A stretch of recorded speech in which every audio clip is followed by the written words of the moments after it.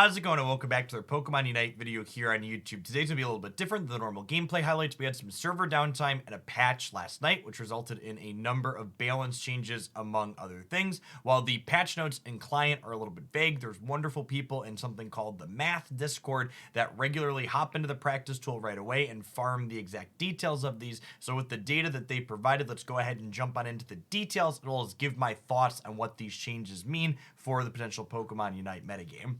To start with, we got some buffs to Absol. So they buffed both of Absol's lesser used moves here in Psycho Cut and Pursuit, while Absol did actually see play in regionals this weekend from one of the top teams. They notably were not using either of these attacks, so that seems like something that could potentially be very good. They also gave the character Lifesteal generically, and this will be good even for the existing build of Absol users. They've done this a lot. We saw 5 and then 10% Lifesteal added to a Zoomerals kit in the patch before this, and it really gives these melee characters a good bit of extra sustain, especially a character like Absol that's capable of doing pretty big amounts of burst damage.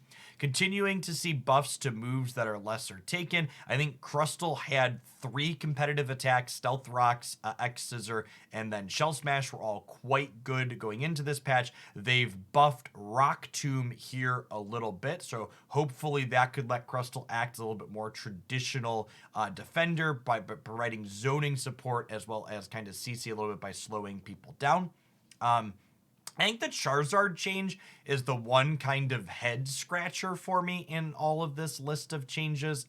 This character must have been overperforming by their metrics inside of solo queue stuff, because it hadn't really shown up almost at all in terms of competitive play, and I personally didn't really feel like it was overbearing, but you know, here we are. I'm interested. I assume this character will still be plenty playable even with these changes, Flamethrower and Fire Blast being changed. Perhaps these 2 changes give us merit to try the other 2 attacks in Charizard's kit. Fire Punch and Flare Blitz were basically never taken, so perhaps we need to reinvestigate those with Flamethrower and Fire Blast being pulled down.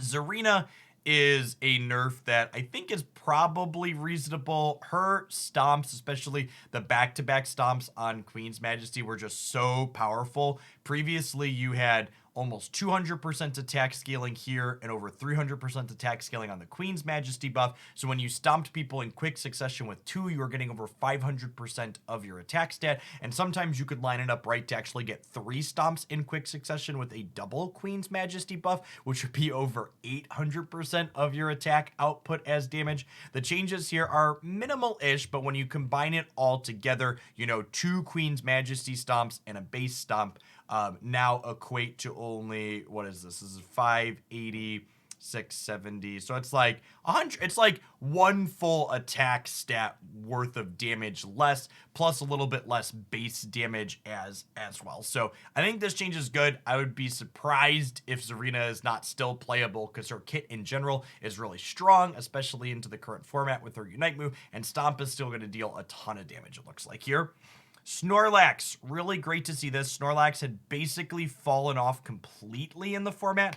Interesting range of changes here. So they've started by just giving it more special defense across the board, up to a full 10% increase here at the top level. They also reduced the cooldowns of both Heavy Slam and Block, and they reduced the Unite recharge down to 112 seconds. I really like the pulling down the Unite recharge on a lot of these defenders, because one of the things that's true about these defenders is that they had these longer Unite recharges, and they also aren't really characters you want to be clearing wild Pokemon with, so you really just couldn't use your Unite move very frequently with them, because you'd get it kind of late, and then it took a long time to recharge. So were a lot of games where characters like Snorlax only got 1 Unite at Zapdos if you were playing well, and this change hopefully changes that, and hopefully with these other changes here, maybe this is a reasonable defender to be playing again.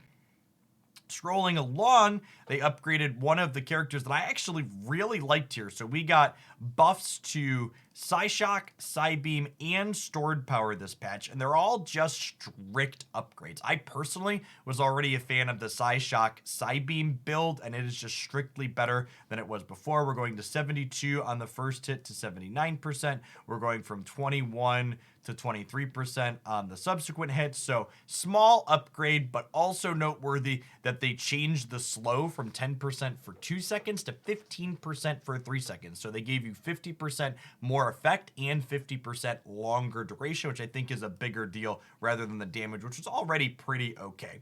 Psybeam here got a pretty solid upgrade here, over 20% extra scaling off of your special attack. And unfortunately, looking at the numbers here for Stored Power, the healing is still just like comically low. Like, sure, we heal 100, I guess, and the damage you're dealing is still very negligible, and you don't have target control over which targets they hit. Stored Power is likely still unplayable trash, but my preferred Psybeam Psyshock build will likely be a highlight here tomorrow because I really like this character, and this build got a strict upgrade. Pikachu, love the improvement to Pikachu. Pikachu was a metagame force to be reckoned with for a little bit, but then other characters got added and buffed, and it just kind of fell off a little bit. They've given Pikachu some extra sustain at level 9, so move lifesteal. That spell vamp, similar to what we see Sylveon gaining at level 7, means your Electro Balls and your Thunders and your Thunderbolts and your Volt Tackles are all going to heal you 12.5%. I bet this applies to the Unite move as well, and that Unite move chunks out a lot of damage, and Pikachu gets to Unite very frequently, having one of the fastest Unite recharges in the game. So this means your Unite's going to give you a bunch of sustain as well, which sounds potentially very good for the character. One of my favorite defenders, Mamoswine, got some strict upgrades here. Icicle Crash got a 20% reduction on its cooldown from 10 down to 8. Ice Fang goes from 8 down to 7. And again, we see Mamoswine's Unite get reduced to a shorter time. It's not quite as short as what we saw for Snorlax. That was down to 112. This is down to 123, but I think it at least shows that they understand kind of the problem with these defenders that get their Unites later, and they're working to push them.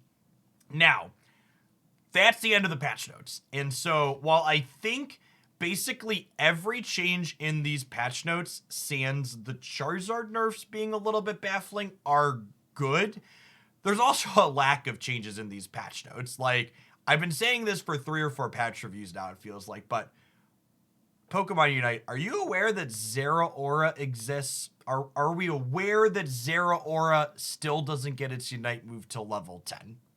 Please?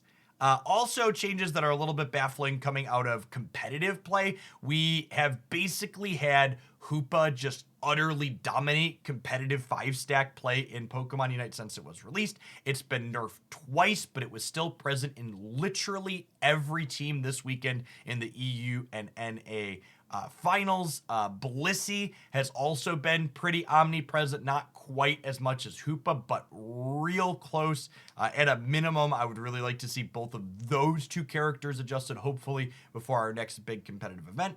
Overall, though, I think the changes that they did choose to make are good. Whenever they do elect to make changes, it feels like they understand what characters need to change. I really love to see them doing things like we see here with Crustle and Absol specifically, where they're not just looking at characters that are unplayable in general, but they're looking at moves that aren't being taken on characters. They're saying, okay, we don't just want a character to be playable with a build. We want a character to be playable, and we want all the attacks on it to be playable. And honestly, thinking about it from that perspective, maybe that's what they're approaching with this Charizard build. Maybe they think Charizard's power level on Fire Punch plus Flare Blitz is good, and they just want to bring Flamethrower, Fire Blast in line with that to try and work towards getting all 4 attacks playable on that character as well. At any rate, I'd love to know your thoughts. What did you think of this balance patch? What other changes would you have liked to have seen? Let me know in the comments down below. And let me know which of these changes would you like to see a character highlight of soon. I'm going to be playing some recording later today. Going to get highlight videos out the rest of the week for gameplay like we usually do.